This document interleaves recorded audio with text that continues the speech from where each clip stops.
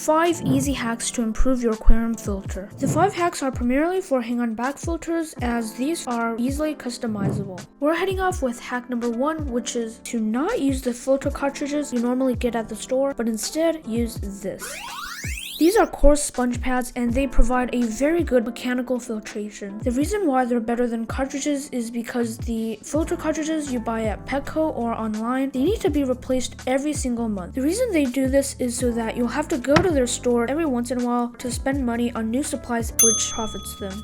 You can get a bunch of these on Amazon for just a couple of dollars, and they serve as a great replacement for cartridges. All you have to do is cut out the right size, rinse it, and add it in. It's as simple as that. The point in having cartridges or these coarse sponge pads is so that they provide mechanical filtration. This type of filtration physically traps particles of uneaten food, fish waste, and other debris that gets into the filter. Coarse sponge pads will provide the same or even better filtration than cartridges. And so the first tip is to use a coarse sponge pad. My second hack is to use pre-filter sponges to cover the intake. Now this really depends on the type of fish you keep. For example, if you're breeding fish and the baby fish are really tiny, then I would recommend using these as they cover up the intake, which prevents baby fish from being sucked up. And because it covers the intake pretty well, it does lower the water flow a bit. These are also great for tanks that are relatively clean. If your tank is really in need of filtration, I wouldn't recommend using these because the sponge blocks out a lot of bigger things from entering, so it won't be able to filter out as much debris or fish waste. If you keep cichlids or any other big fish, then you don't need to use these at all. They prefer a slightly higher water flow and their fry aren't as small. Keep in mind that once you add these, your filter is basically like a sponge filter, except that it's bigger and has more media inside. In conclusion, if your tank is really clean and your fish are breeding, then I would recommend using these.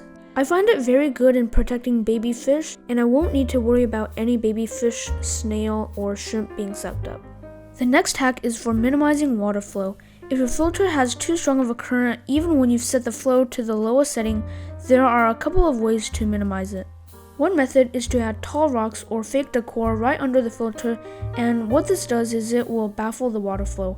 It'll also minimize splashing sounds, which makes it less noisy. Another way is to cut out the middle part of a water bottle, then place it over the output of the filter.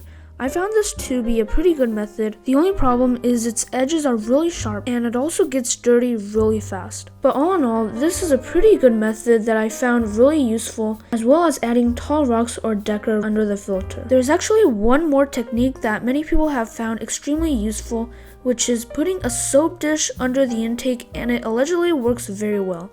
I haven't tried this, but if you want to, you'll have to do some research. So hack number 4 is to place your heater right next to your filter. Reason being, you want the water current blowing the warm water to other parts of the aquarium, especially if your tank is really big.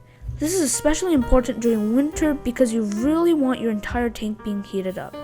If you have those small flat mini heaters, you can put those behind the filter media and it just heats all the water that goes through the filter. The fifth and final hack is to rinse out the coarse sponge pads or cartridges every couple weeks. This greatly reduces the chances of your filter media getting clogged. The debris that gets caught inside these things build up over time and will raise the water level inside the filter. This is really the only part of a filter you ever need to clean because the other parts build up beneficial bacteria that will just always stay there. So yeah, just rinse it once every couple of weeks, and coarse sponge pads should last you a few years at least.